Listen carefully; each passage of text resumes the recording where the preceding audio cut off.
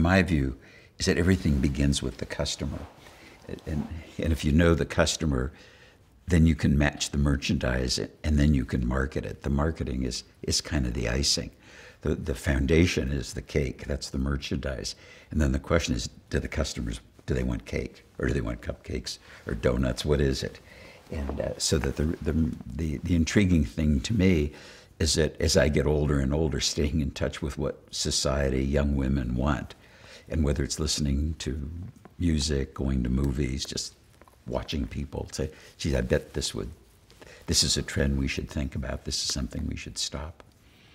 First of all, thank you so much for this gift. And my question is that I will be graduating in just over a year, and it's pretty frightening trying to get a job in this type of economy. So do you have any advice for students for life after college and trying to pursue our own career aspirations?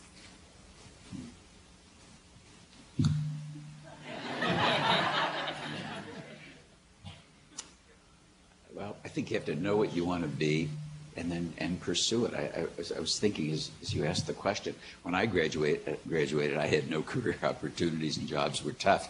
And so I just decided I'd create my own. So,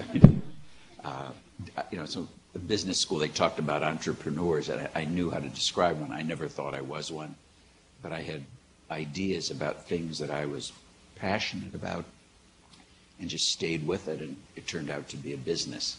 I think it comes to mind one of my colleagues in law school was always interested in politics, and I think probably on graduation had the same kind of issues, couldn't get a job, and I think he struggled a little bit to get a job, and then he turned out to be the mayor of Cleveland, the governor of Ohio, senator from Ohio, George Voinovich. So I think when you graduate, whether you have a job or not, it's a little bit like going into the darkness because you know what college is, but you don't know what life is.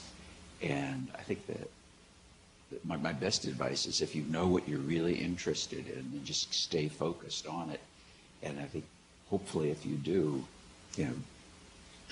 a job, a career will develop for you. So somebody comes and you're thinking about hiring them as an executive, and you talk about, what do you know, and then what's your life like, but you also, you want to talk to them about whether they're whole, about their lives, and about whether they are involved in community already. Yeah. And there's a tough thing, because you imagine when you formulate this idea and say, now I'm going to interview something.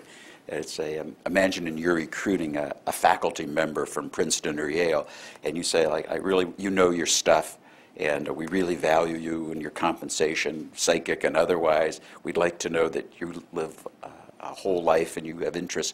But before you come to the Kennedy School, we'd like to know what your community interests are and that you really work them, because that matters to us sincerely, that you're a whole person. So imagine that in a business context, recruiting somebody, a senior executive from one of our competitors, and saying, well, we'll match your salary, we'll increase your salary, and here's the extra benefits. Do you have any hobbies or community interests? What do you do with your family?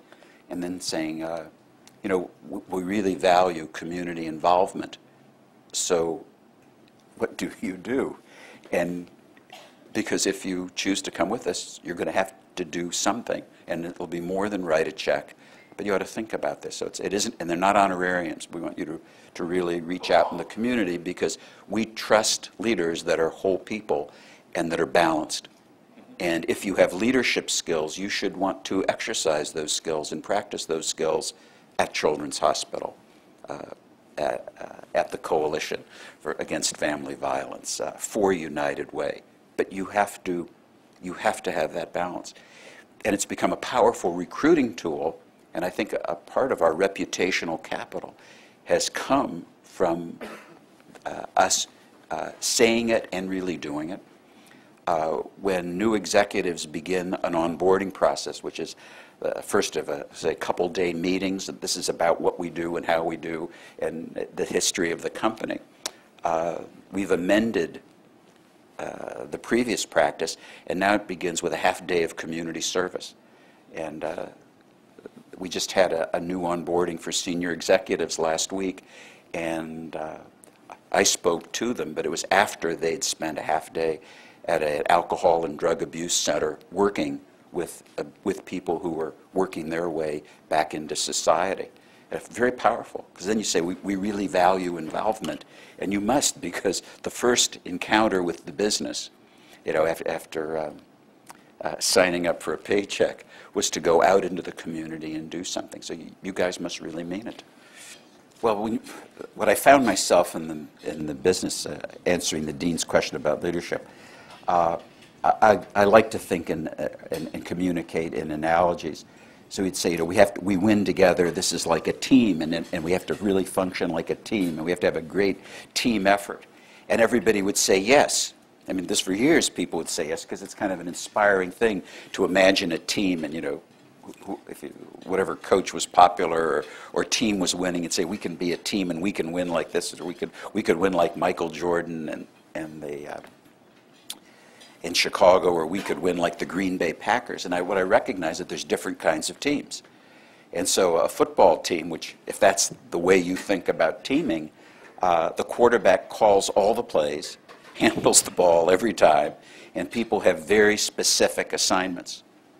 You know, a baseball team is substantially the same. A basketball team is different. There's a playmaker. It moves much faster, and everybody handles the ball.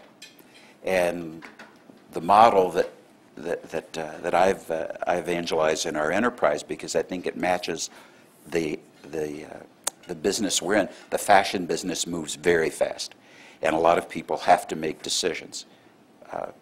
And we have to team up, and we have to partner up. You know, and there is a coach, there is a playmaker, there are defined positions, if you would, responsibilities. But I'd like people to see it as a basketball team, that fast-moving, that interactive, that anyone can score. So I think it's useful in our enterprise when we talk about teaming to be specific about what we're referencing. And we've actually made a movie where we've used some swipes from the NBA to demonstrate speed and agility and the fact that anybody can score. And then you show that next to clips from a baseball where it's, you know, painfully slow. And, you know, the catcher's going out to the mound to get the signal and then goes back and gets the signal again. It doesn't resemble basketball at all. But that's my mental model for teaming.